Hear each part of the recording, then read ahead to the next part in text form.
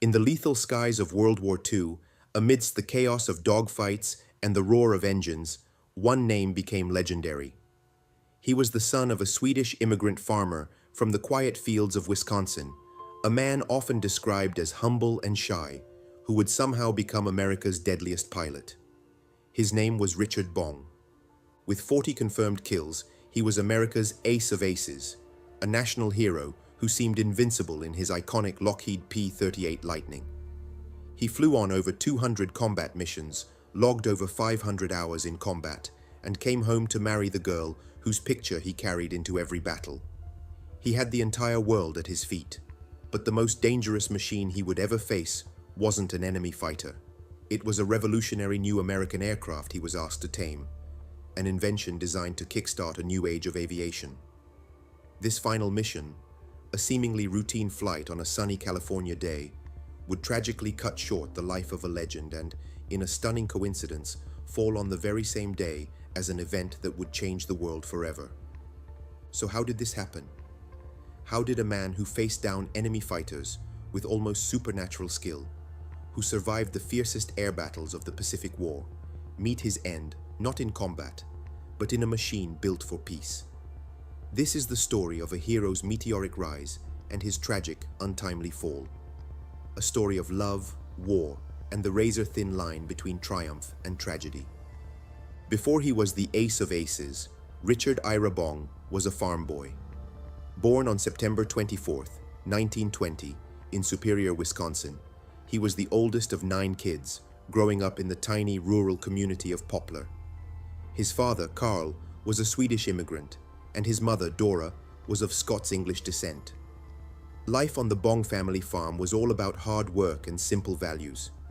It's where young Richard learned to handle machinery and developed a quiet, unassuming personality that would stay with him for life. He was a good student, a capable athlete, and by all accounts, a typical all-American kid. But he had an ambition that reached for the skies. The spark was lit back in 1928, when President Calvin Coolidge set up a summer White House near Superior.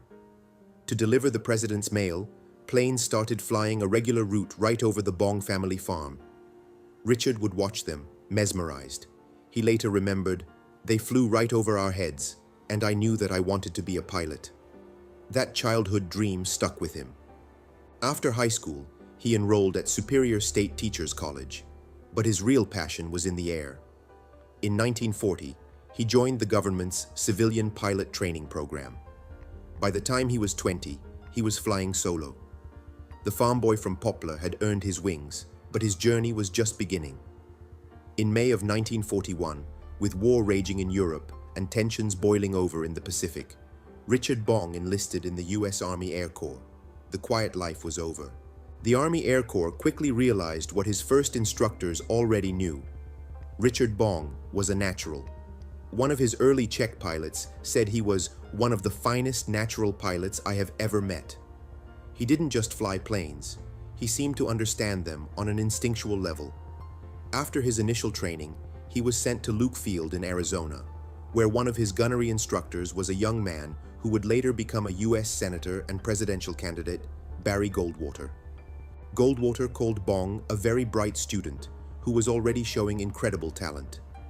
His skill was so obvious, in fact, that after he earned his commission as a second lieutenant in January 1942, the Army made him a gunnery instructor for a few months.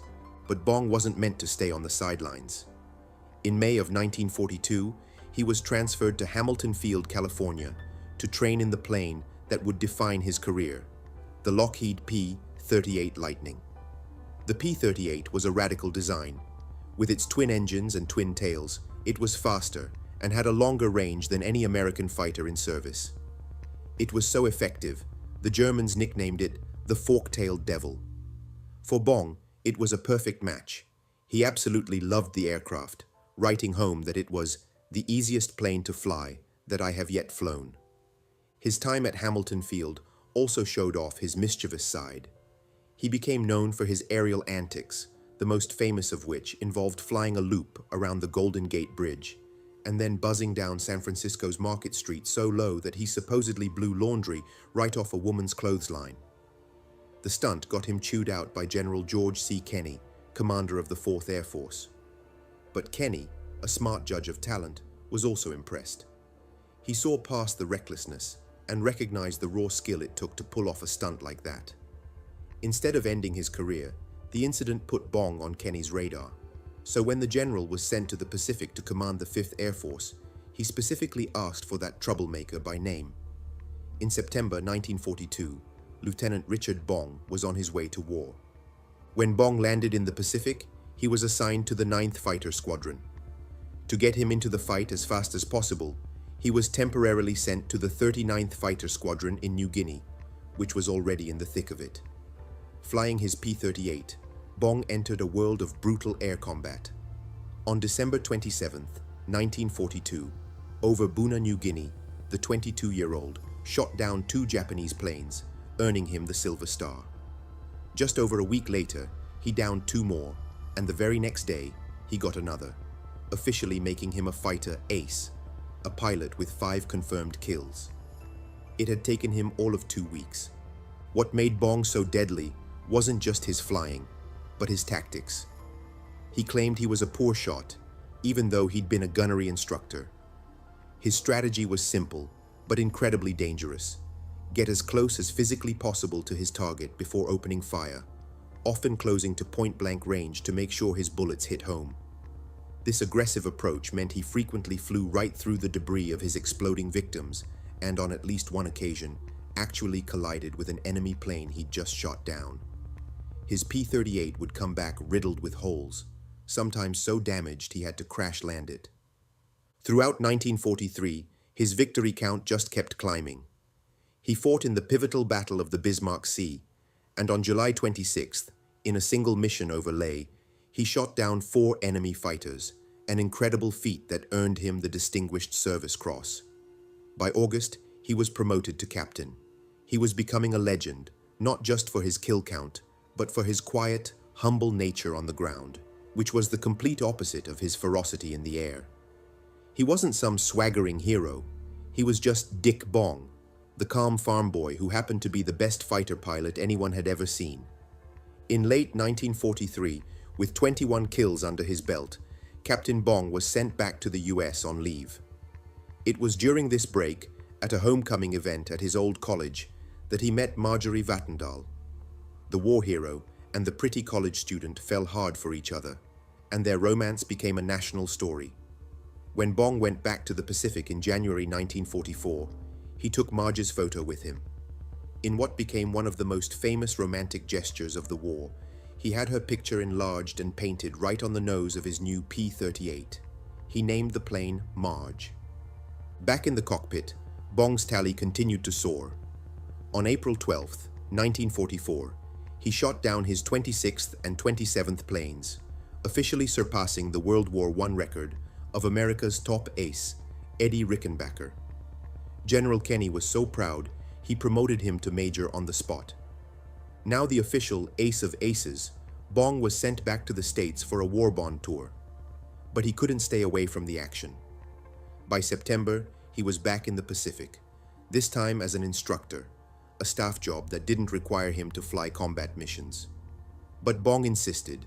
He flew mission after mission, not to chase kills, but to lead and protect his fellow pilots. And yet, combat always seemed to find him. Between October and November of 1944, flying dangerous missions over Borneo and the Philippines, his daring tactics led to him shooting down 8 more enemy planes. For this extraordinary bravery, voluntarily flying in combat as an instructor, he earned the nation's highest award for valor, the Medal of Honor. On a dusty airfield in the Philippines on December 12, 1944, General Douglas MacArthur himself presented him with the medal. A few days later, on December 17th, Bong shot down his 40th and final plane. At that point, General Kenney had seen enough. Bong was too valuable a symbol to lose in combat. The blow to morale would be devastating. He ordered America's ace of aces home for good. Richard Bong returned to a hero's welcome. He wasn't just a pilot anymore. He was a national icon. The war in the Pacific was still raging, but for him, the fighting was over. He turned his focus to his future with Marge. On February 10th, 1945, they were married in a ceremony in his hometown, with over 1,000 guests and newsreel crews capturing the fairy tale moment for a nation tired of war. Afterwards, the newlyweds moved to California, where the Army Air Forces had a new critical mission for its top ace. He wasn't being sent to a desk job. He was being assigned as a test pilot. His new job was at the Lockheed plant in Burbank, testing the future of American air power, the P-80 Shooting Star. The P-80 was America's first operational jet fighter, a revolutionary but temperamental machine.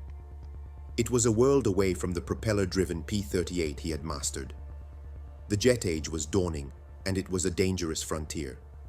Other test pilots had already died flying the new aircraft, but Bong, with his unmatched feel for a plane, was seen as the perfect man to help tame it. He began his training, logging hours in the sleek jet, but his time with the P-80 would be tragically short. On August 6, 1945, Major Richard Bong took off from Burbank for a routine acceptance flight. It was only his 12th flight in a jet, with just over 4 hours of total time in the new aircraft. Immediately after takeoff, the plane's primary fuel pump failed. This was a known issue, and there was an auxiliary pump for exactly this emergency. But for reasons we'll never know, whether he forgot in the heat of the moment or was simply unable to, Bong didn't switch to the backup. With the engine starved of fuel, the jet started to fall. He managed to steer it away from a neighborhood before trying to bail out, but he was far, far too low. His parachute never had a chance to open.